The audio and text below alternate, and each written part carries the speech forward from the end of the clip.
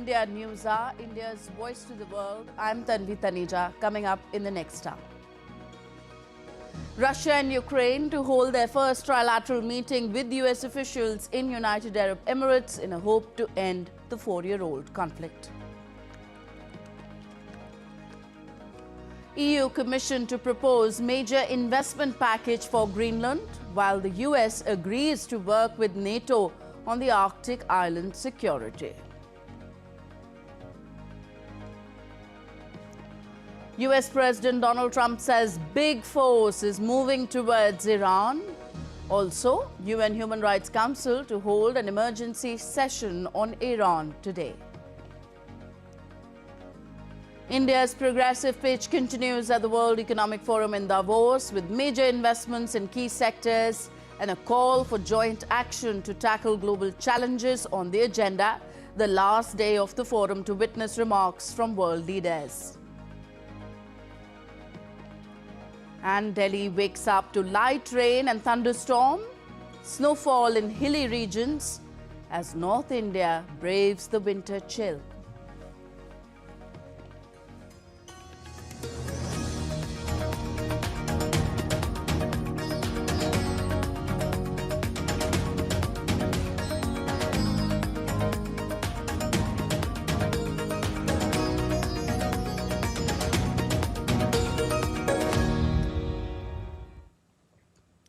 Let's begin the bulletin with the latest from the Russia-Ukraine conflict.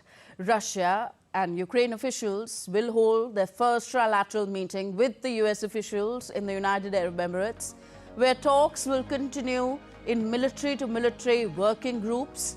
US negotiators, including Steve Witkoff and US President's son-in-law Jared Kushner, are headed to Abu Dhabi, while Russian delegation headed by General Igor Kostyukov, director of Russia's GRU military intelligence agency, are also going to reach there. So this is the latest we are tracking, a trilateral meeting, military to military working groups between Russia, Ukraine and the United States. At the World Economic Forum in Davos, Ukrainian President Volodymyr Zelensky had announced that the meetings would take place on January 23rd and 24th. Further details of the talks in the United Arab Emirates have not been released, and it is not clear whether Russian and Ukrainian officials will meet face-to-face. Earlier, Zelensky had said that he would only travel to Davos if he could sign agreements with Trump on US security guarantees and post-conflict reconstruction funding for Ukraine. But there was no indication after the meeting that a breakthrough had been made. The two leaders have met around half a dozen times face-to-face since Trump returned to the White House last year and appended US policy on Ukraine by embracing diplomacy with Russia.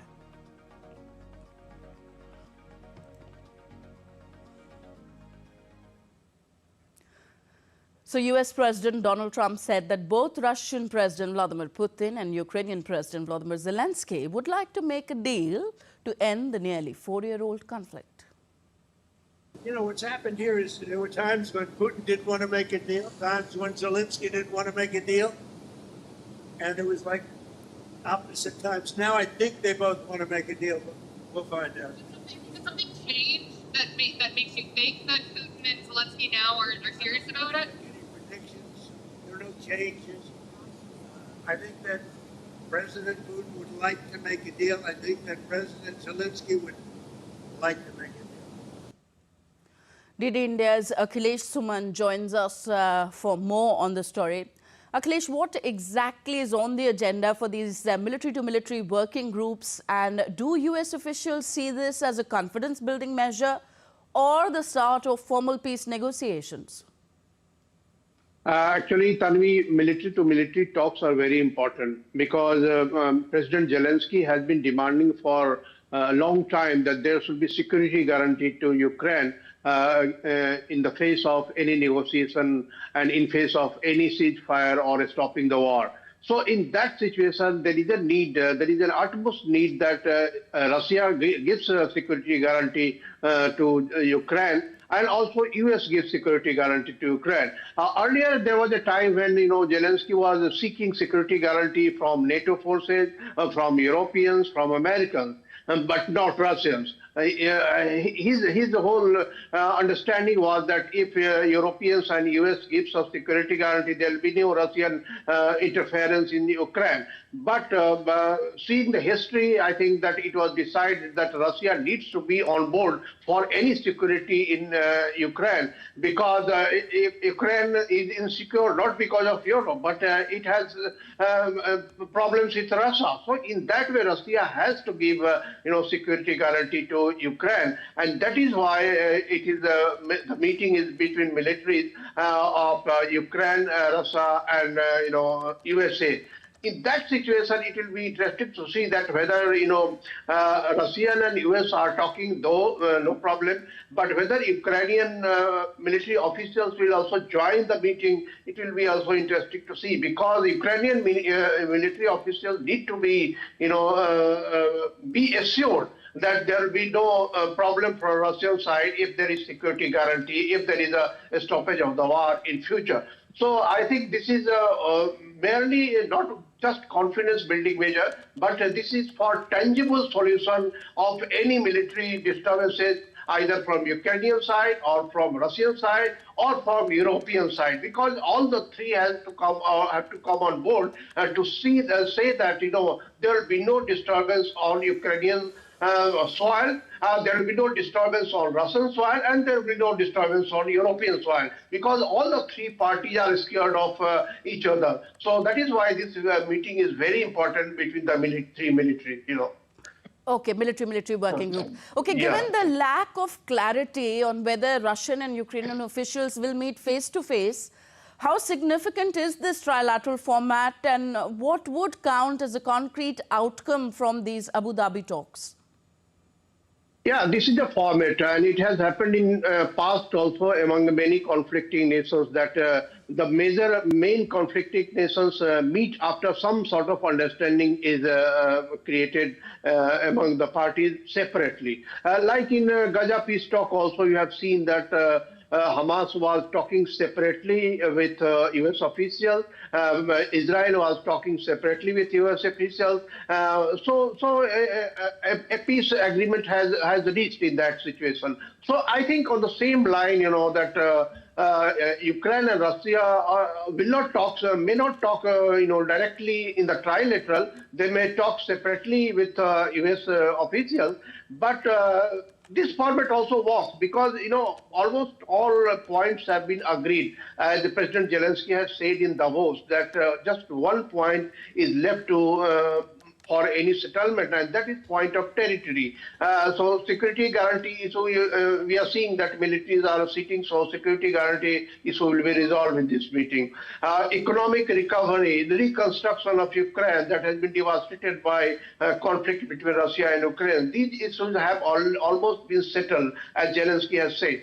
Now the territorial issues are very crucial, because Zelensky's position till now has been that he will not cede any territory to Russia. Russians have been telling that our operation will continue till we get our goal. So yesterday Putin also has said that when talking to Steve Witkoff that we will get our goals. So in that situation, I think some understanding has to be reached. And in that situation, only everyone will give their bottom line. Russians will give their bottom line at how much territory they want. Zelensky has to give his bottom line, that how much territory he can cede to Russians. And that is how I think US officials will be in between Russia and Ukraine to decide further that what a midpoint can be reached. And I think that is why this meeting is also very crucial, given the fact that on territory issue, both the parties have been very adamant and very stern. Let us see how it pans out. Okay, thank you very much, Akhilesh Suman, for giving us more details and insight into the story. Top US negotiators, meanwhile, including Steve Witkoff, met Russian President Vladimir Putin in Moscow for talks on a US-drafted plan to end the Ukraine conflict, just as Kiev announced it had agreed on post-conflict security guarantees with Washington. Diplomatic efforts to end Europe's deadliest conflict since the Second World War have gained pace in recent months, though both Moscow and Kiev remain at odds over the key issue of territory in a post-conflict settlement. Without elaborating, Witkoff earlier said that he believed the two sides were down to one issue. Putin shook hands with Witkoff, US President's son-in-law Jared Kushner, and White House advisor Josh Gruenbaum. The high-stakes meeting came just hours after Ukrainian President Volodymyr Zelensky said that a draft deal was nearly ready and that he and Trump had agreed on the issue of post-war security guarantees. On to the issue of Greenland.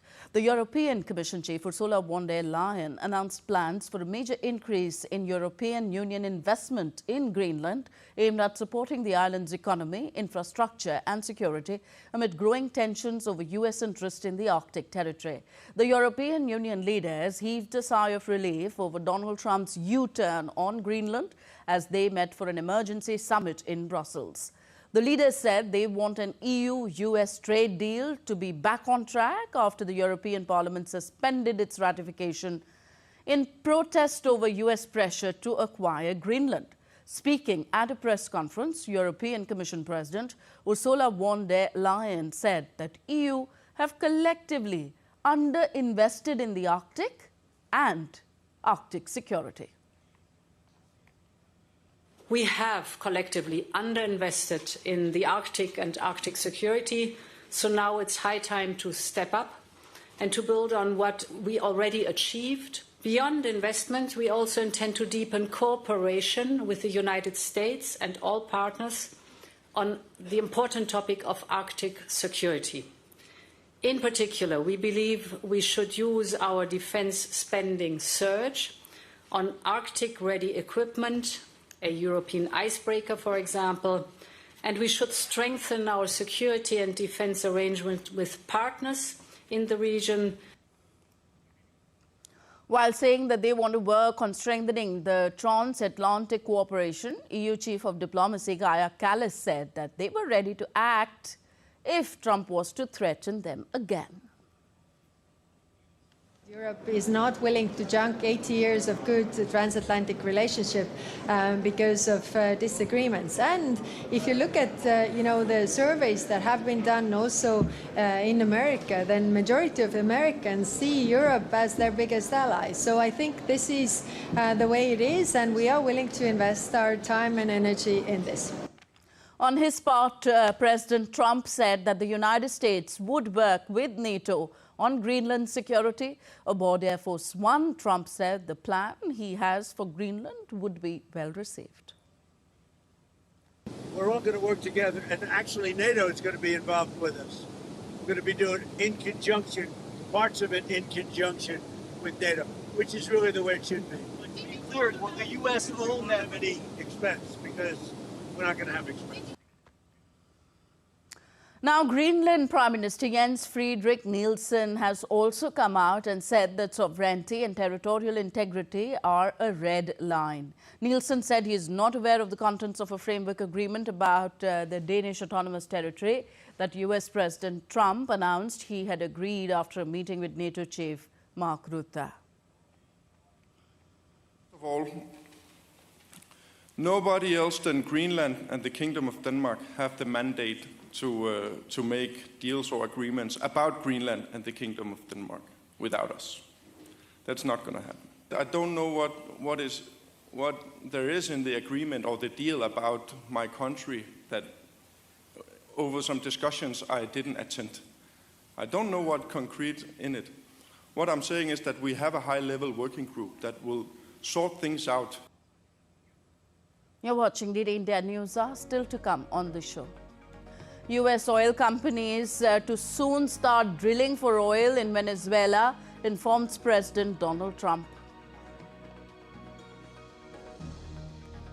In his latest move, Donald Trump withdraws invite to Canada's Prime Minister Mark Carney for the Gaza Board of Peace.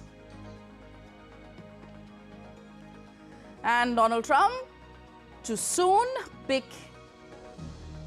his choice for the next Federal Reserve chair.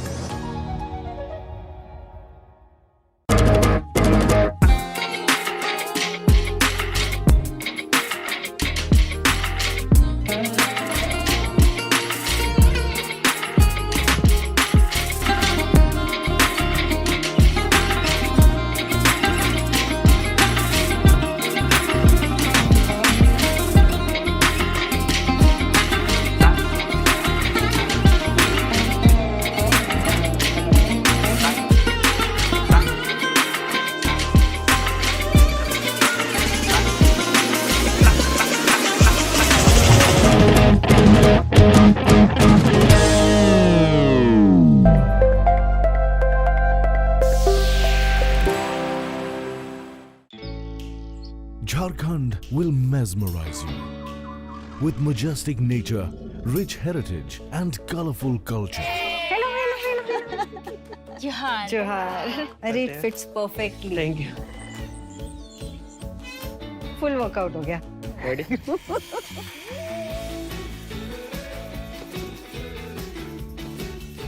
Postcards from Jharkhand on National Geographic.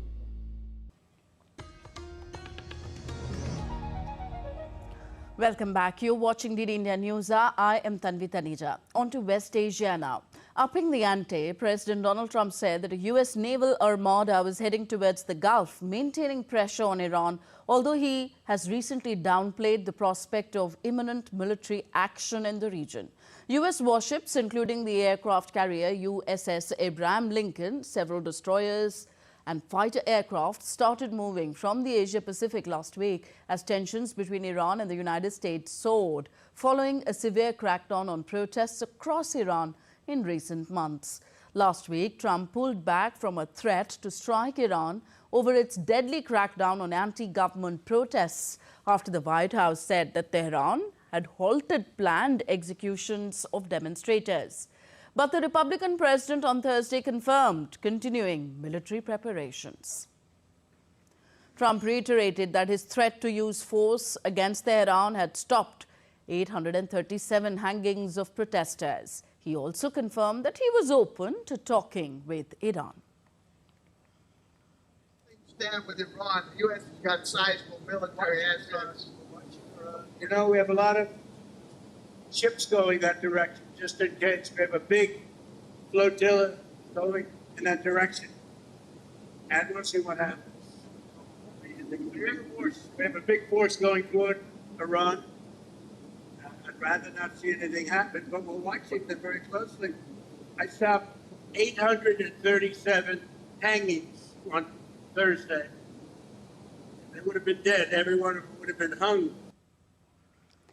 U.S. House of Representatives Republicans narrowly defeated a resolution on Thursday that would have barred President Trump from further military action in Venezuela without the authorization of Congress, days after a similar measure failed in the Senate.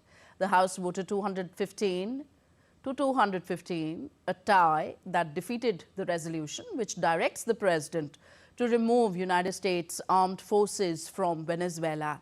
The vote was largely along party lines in the narrowly divided chamber, where Trump's Republicans have a 218 to 213 majority. Every Republican except Don Bacon of Nebraska and Thomas Massey of Kentucky voted against the resolution. Every Democrat voted in favor. The vote came a week after Vice President J.D. Vance cast a tie-breaking vote in the Senate to kill a measure that would have forced Trump to seek congressional approval for any military action related to Venezuela. Donald Trump on Thursday said U.S. oil companies will soon start drilling for oil in Venezuela, even as companies expressed concern about the viability of quickly returning to the country. We're going to start drilling very soon.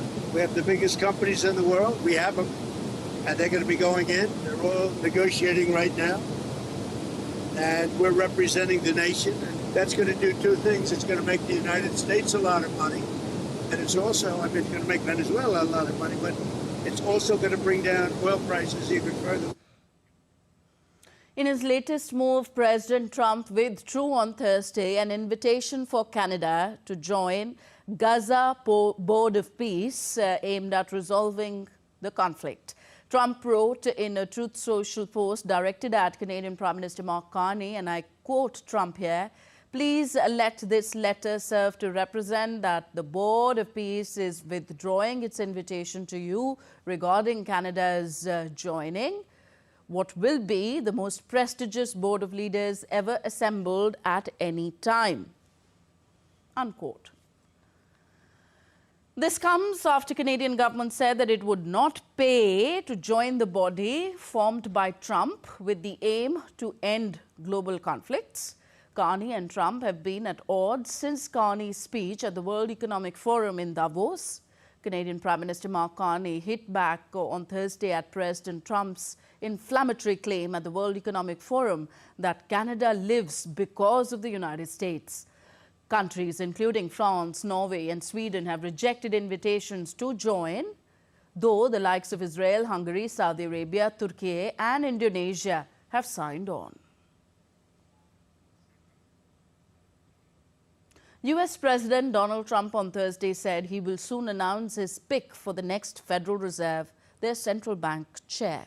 President Donald Trump announced on Thursday that he has completed the candidate interview process for the next Federal Reserve chair position and confirmed that he has made his selection. Speaking to reporters on January 22nd, Trump indicated that an official announcement would soon come, likely before the end of January. Speaking on the issue of ex-Fed Governor Lisa Cook, Trump said he did not get the impression that the Supreme Court seemed skeptical of his bid to fire Federal Reserve Governor Lisa Cook. Okay, shifting focus away from Trump now. Japanese Prime Minister Sanae Takaichi dissolved Parliament on Friday ahead of a snap election on February 8th, counting on her cabinet's high poll numbers. The country's first woman premier had announced her intentions on Monday, seeking public backing for measures to shield households from rising living costs and increasing spending on defense. The Speaker of Parliament on Friday read out a letter officially dissolving the lower house as lawmakers shouted the traditional rallying cry of Banzai. The ruling coalition of Takaichi's Liberal Democratic Party, LDP, and the Japan Innovation Party, JIP, has only a slim majority in the powerful lower chamber. Takaichi is hoping widespread support for her cabinet will help deliver her a stronger mandate, even though the LDP itself is battling low approval ratings and a string of scandals.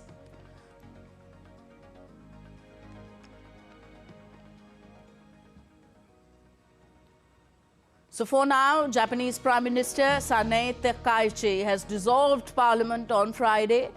This clears the road for a snap election in Japan, scheduled for February 8th.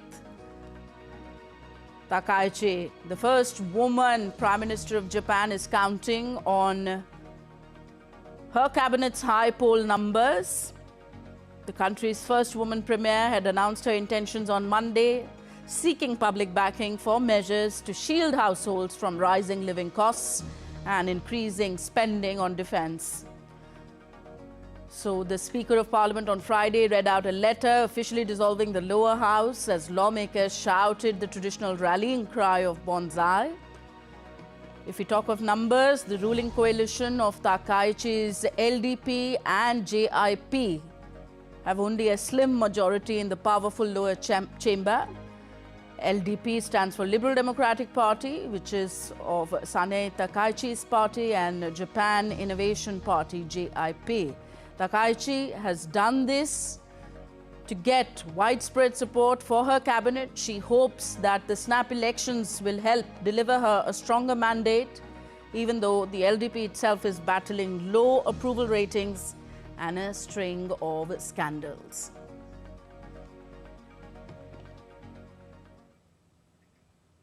Okay, on to some weather updates from around the globe. First with India. Light rain and drizzle were reported from parts of Delhi and the national capital region on Friday morning amid persistent winter conditions. Temperatures in Delhi are expected to drop over the next 24 hours. The India Meteorological Department issued an orange alert for the national capital and adjoining regions.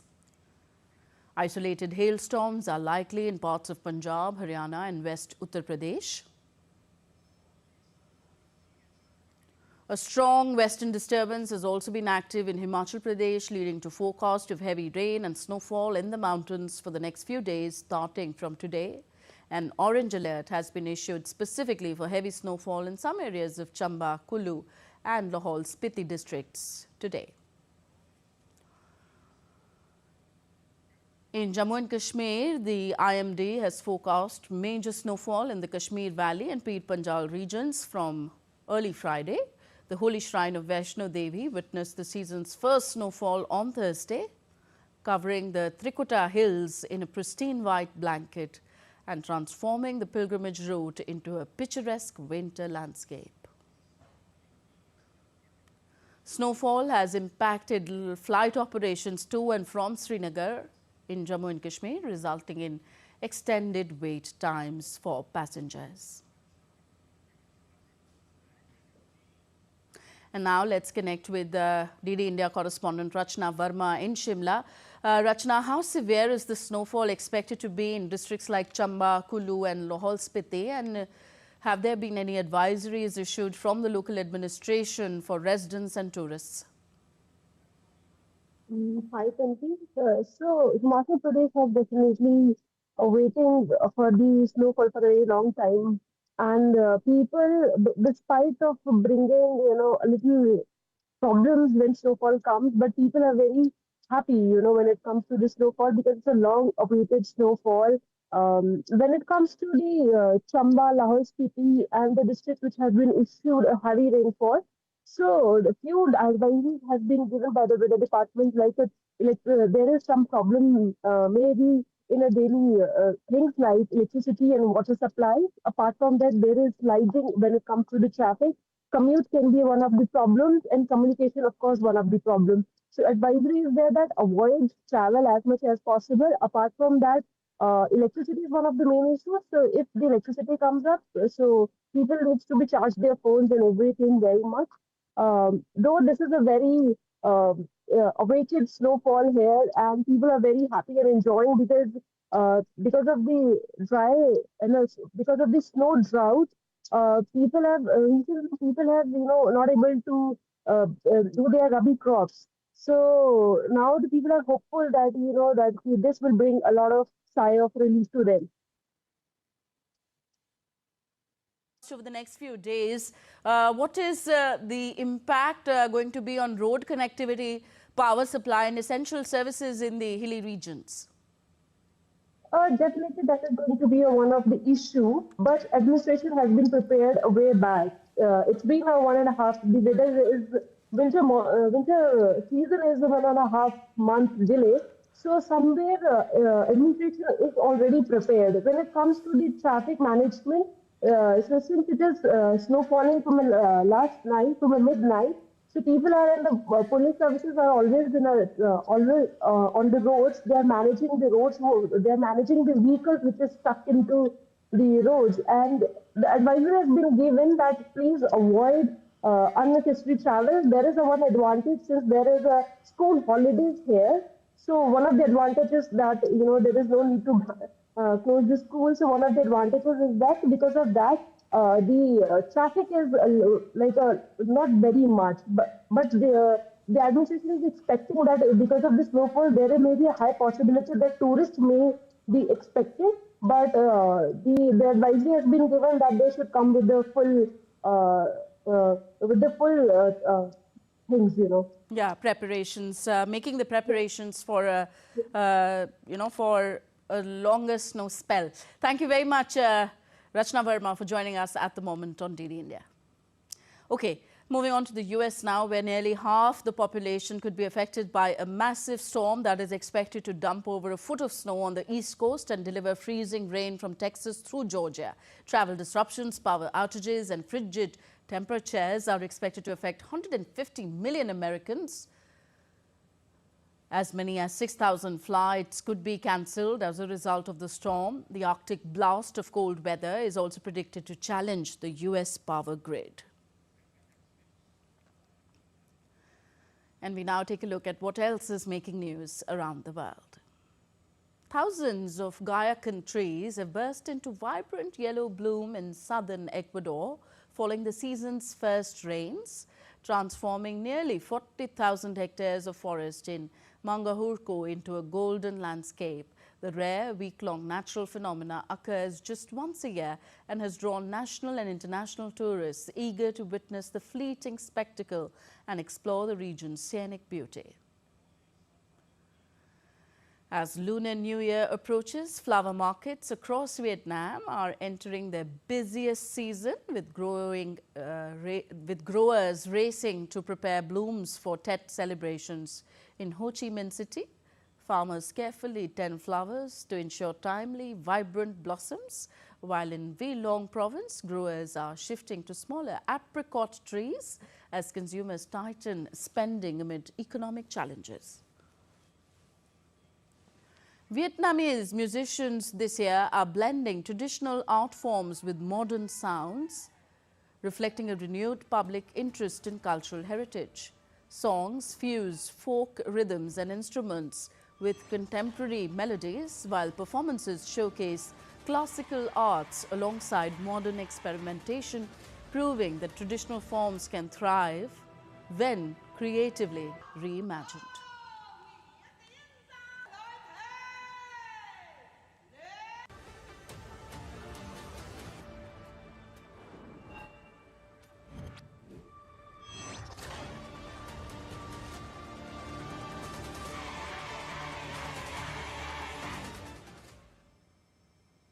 Still to come on DD India News Hour.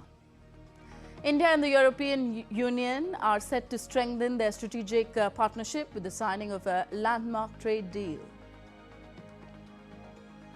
Full dress rehearsal for the 77th Republic Day celebrations underway in New Delhi at Kartavya Path. And Indian fields bloom with mustard flowers as the festival of Basant Panchami marks the arrival of spring.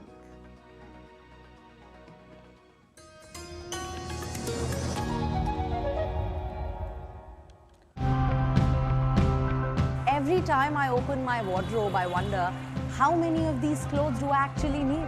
So today, let's step into a world where our fashion does not have to come at the cost of the environment. We make sure that we don't waste a single piece of clothing. We use up all the scraps as well, gathering them into balls and making different products with them. Consumers think that if they don't buy it now, they're going to regret it tomorrow. Instead of having a linear thing where you produce something that never degrades and then you just end up having it in the landfill, you biosource it, you use it, and then it biodegrades and gets back to nature. We use natural dyes for the garments. We extract the dye the way our ancestors did by using natural products with some modifications.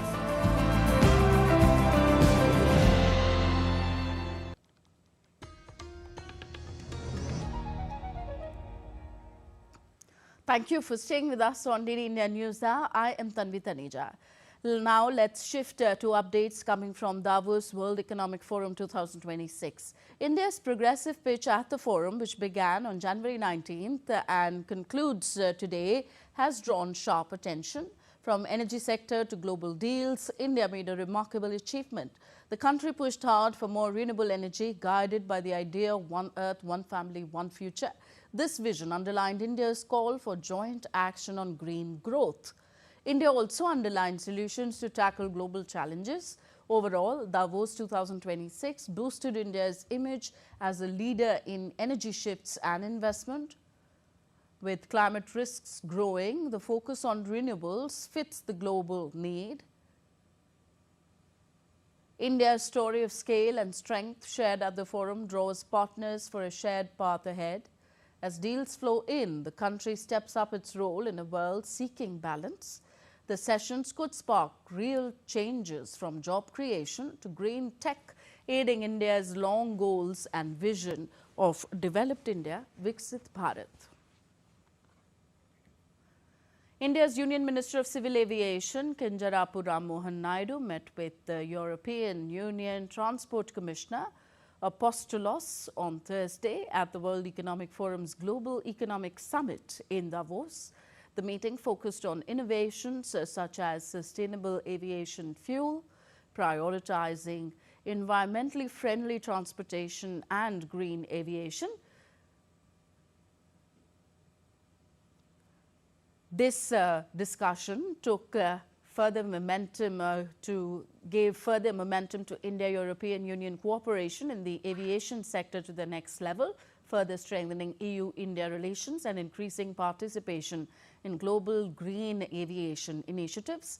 The attendees agreed to strengthen cooperation between European Union Aviation Safety Agency and Directorate General of Civil Aviation in areas such as coordination, joint certification, cybersecurity and drone regulations.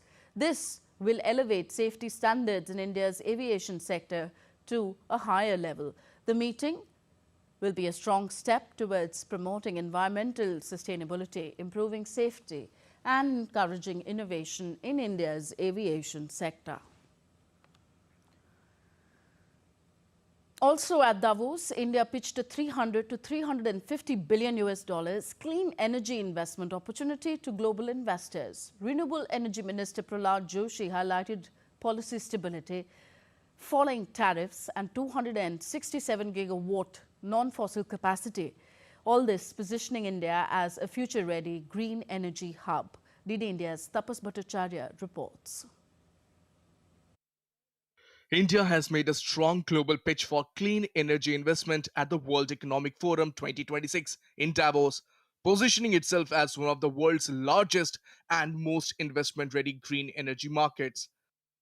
Addressing the global investors, Union Minister for New and Renewable Energy, Prasar Joshi said India's energy transition represents a $300 to $350 billion opportunity by 2030, offering speed, scale, stability, and long-term returns at a time of global economic uncertainty.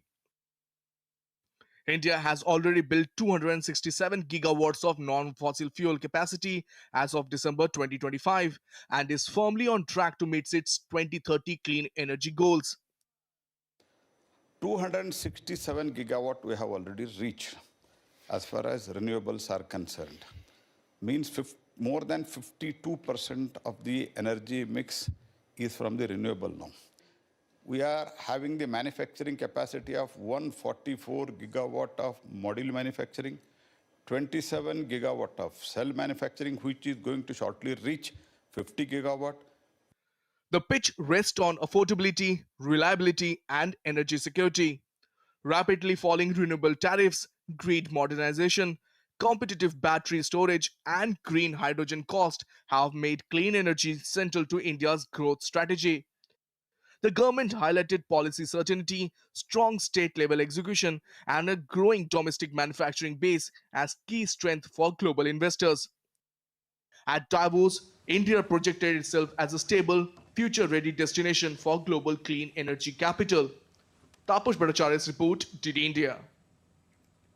India and the European Union are not only close to signing a landmark trade deal, but are also set to strengthen their strategic relationship with the signing of a new security and defense partnership at the EU-India summit in New Delhi next week. Here's what to expect. India and the European Union are the closest they've ever been to conclude a free trade agreement in what has been dubbed as the mother of all deals by the bloc's chief, Ursula von der Leyen. I will travel to India. There's still work to do, but we are on the cusp of a historic trade agreement. Indeed, some call it the mother of all deals. One that would create a market of 2 billion people accounting for almost a quarter of global GDP. And crucially, that would provide a first mover advantage for Europe with one of the world's fastest growing and most dynamic continents. Von der Leyen will be traveling to India, where she will be the chief guest for the Republic Day parade on the 26th of January, along with European Council President Antonio Costa. When concluded, the FTA would be India's largest trade agreement to date and its 19th such deal. India and the 27-nation EU would create a combined market of nearly 2 billion people that would account for nearly 25% of the global GDP. The agreement is expected to cover goods, services, investment, technology transfer, telecom, and regulatory cooperation. Indian textiles are likely to emerge as a major beneficiary with reduced tariffs. They currently face 10% tariffs in the bloc. Notably, the deal excludes agriculture and dairy. Apart from the FTA, EU Foreign Policy Chief Kaja Kallas said that Brussels will be signing a new security and defense partnership with New Delhi. The EU and India are moving closer together at the time when the rules-based international order is under unprecedented pressure through wars, coercion and economic fragmentation. Two major democracies cannot afford to hesitate. We must become more ambitious partners. India and EU already enjoy strong economic relations. In financial year 2024, India's bilateral trade in goods with the EU stood at $135 billion, making the bloc the largest trading partner for India in goods. Exports to EU was worth $76 billion, while imports from EU stood at $59 billion. India's main exports to the EU include machinery, pharmaceuticals, and petroleum products, while the EU's main exports to India consist of transport equipment and chemicals. EU investments in India are valued at over $117 billion, with around 6,000 European companies present in India. India's investments in the EU are valued at around $40 billion. The FTA also provides India and the EU with an opportunity to diversify markets, especially amid economic uncertainties caused by US tariffs.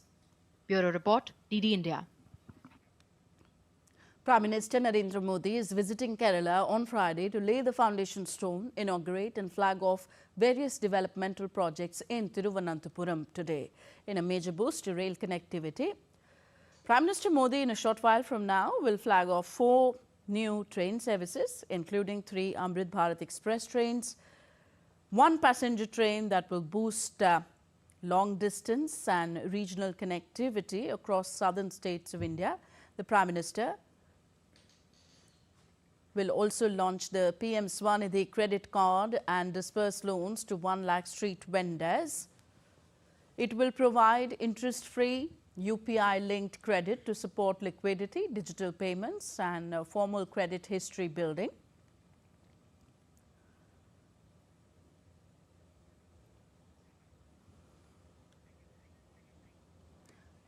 Prime Minister Modi showed excitement over his visit to Kerala on social media platform X. He wrote, and I quote him, "Looking forward to being among my sisters and brothers of Thiruvananthapuram today. Various development works will be launched from this great city. This includes launch of the PM Swanidhi credit card and dispersal of PM Swanidhi loans of 1 lakh beneficiaries, flagging off 3 Amrit Bharat Express trains, which will boost Kerala's connectivity, laying the foundation stone of the CSIR NIIST Innovation Technology and Entrepreneurship Hub in Thiruvananthapuram." He further wrote, "Looking forward to addressing a BJP NDA public meeting in Thiruvananthapuram today. This city scripted history by blessing us in the recently concluded corporation elections. It's clear Kerala is looking to break free from the fixed match of LDF and UDF." He also wrote, "Tamil Nadu is with the NDA. I'll be joining NDA leaders at a rally in Maduranthakam later today." Tamil Nadu has decided that it's time to bid farewell to the corrupt DMK government. The NDA's governance record and commitment to regional aspirations are striking a chord with the people of the state. President Draupadi Murmu and Prime Minister Narendra Modi paid tributes to Netaji Subhash Chandra Bose on Parakram Diwas, marking his birth anniversary. In a message on X, President Murmu said, Netaji's call for independence awakened courage, unity and nationalism among Indians. She praised his leadership of the Azad Hind Fauj. Prime Minister Modi said Netaji epitomized fearless leadership and patriotism, and his ideals continue to inspire generations to build a strong India.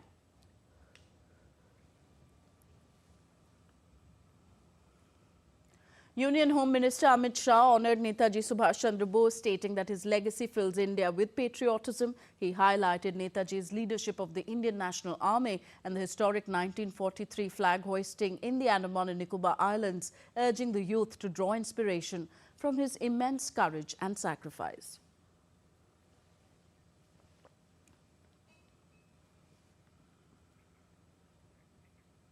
Vice President C.P. Radhakrishnan undertakes his maiden visit to Odisha and West Bengal for Parakram Diwas events. During the visit, Vice President Radhakrishnan attended the Parakram Diwas celebrations organized by the Ministry of Culture in Cuttack and Kolkata, marking the 129th birth anniversary of Netaji Subhash Chandra Bose.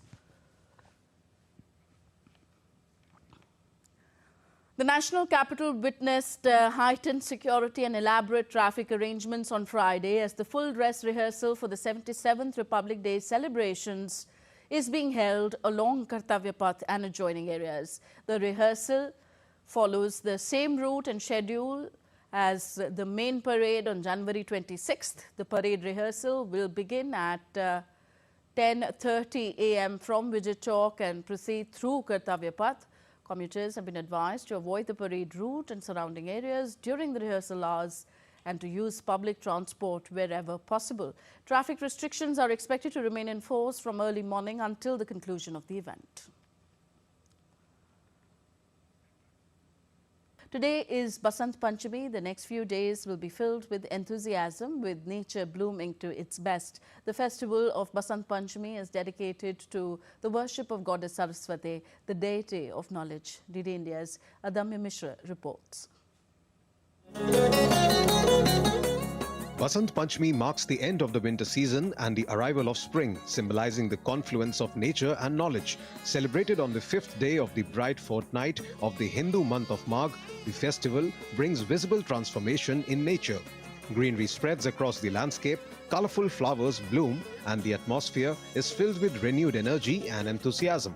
Fields covered with yellow mustard flowers and trees adorned with vibrant blossoms become a defining feature of the day, while the weather turns pleasant, offering a perfect balance between winter and summer. Basant Panchami is not only a celebration of nature, but also holds deep spiritual significance, as it is dedicated to the worship of Goddess Saraswati, the deity of knowledge, wisdom, art and music. The color yellow, symbolic of the spring season, dominates the celebrations. Wearing yellow attire, offering yellow flowers and presenting yellow-colored prasad are important traditions observed on this occasion. The day also holds special religious importance as Basant Panchami is considered highly auspicious for beginning any new work. Adamya Mishra's report for DD India. President Draupadi Murmu extended her greetings to countrymen on the occasion of Basant Panchami. On social media platform X, she wrote, and I quote her, "I extend my heartfelt greetings to all fellow countrymen on the auspicious occasion of Basant Panchami, which is celebrated with great joy and enthusiasm on the arrival of spring. On this day, we also worship Ma Saraswati, the goddess of knowledge and wisdom. My best wishes are that this festival may bring happiness and prosperity into the lives of all citizens. May the grace of Ma Saraswati continue to spread the light of knowledge in everyone's life." Unquote. Prime Minister Modi also extended his greetings and he wrote on X, "Wishing you all countless blessings on the sacred festival of Basant Panchami, dedicated to the beauty and divinity of nature. May the blessings of Mother Saraswati, the goddess of knowledge and arts, be bestowed upon everyone. With her grace, may every life always remain illuminated by wisdom, discernment and intelligence.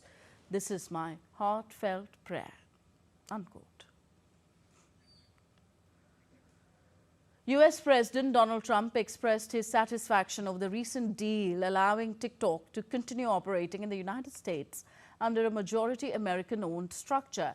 In a post on Truth Social, Trump said that he was so happy to have helped in saving TikTok, noting that the platform will now be controlled by a group of great American patriots and investors, and described it as an important voice for users.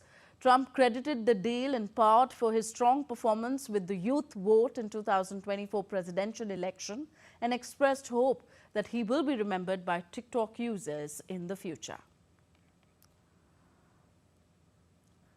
And now let's bring you some sporting action. India will look to extend their series lead when they take on New Zealand in the second T20 in Raipur today. Led by Surya Kumar Yadav, the men in blue come in high on confidence after a dominant win in the first match, where they posted a massive 238 despite losing the toss. New Zealand face a tough challenge against an Indian side that has won 10 T20 series or tournaments in a row, including the World Cup and the Asia Cup. This will be just the second time that Raipur will host a men's T20 international. And the nominations for the 98th Academy Awards were announced on Thursday at the Academy's Samuel Goldwyn Theatre in Beverly Hills, California. While most nominations came as no surprise, a few caught moviegoers off guard. DD India's Diptanshu Kashyap reports on the upcoming ceremony.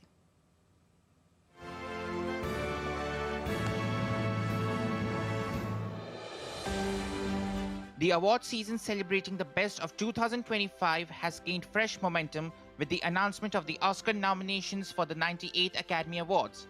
The nominations were unveiled by actors Daniel Brooks and Louis Pullman. Leading the race is Ryan Coogler's vampire horror thriller Sinners with 16 nominations, the most for any film this year and in Oscars history. Close behind is Paul Thomas Anderson's comedy thriller One Battle After Another with 13 nominations. Also in contention with 8 nods each are Frankenstein, Marty Supreme, and Sentimental Value. This year also marks the first time that the Academy will present an award for Best Casting. While many of the nominations came as expected, given the movie's strong performances at earlier award shows like the Golden Globes, several surprises and notable snubs caught fans off guard, leaving audiences, moviegoers and cinephiles both delighted and disappointed. The ceremony is set to take place on March 15th at the Dolby Theatre in Los Angeles, with comedian Conan O'Brien set to return to host for a second consecutive year. Diptanshu Kashyap for DD India.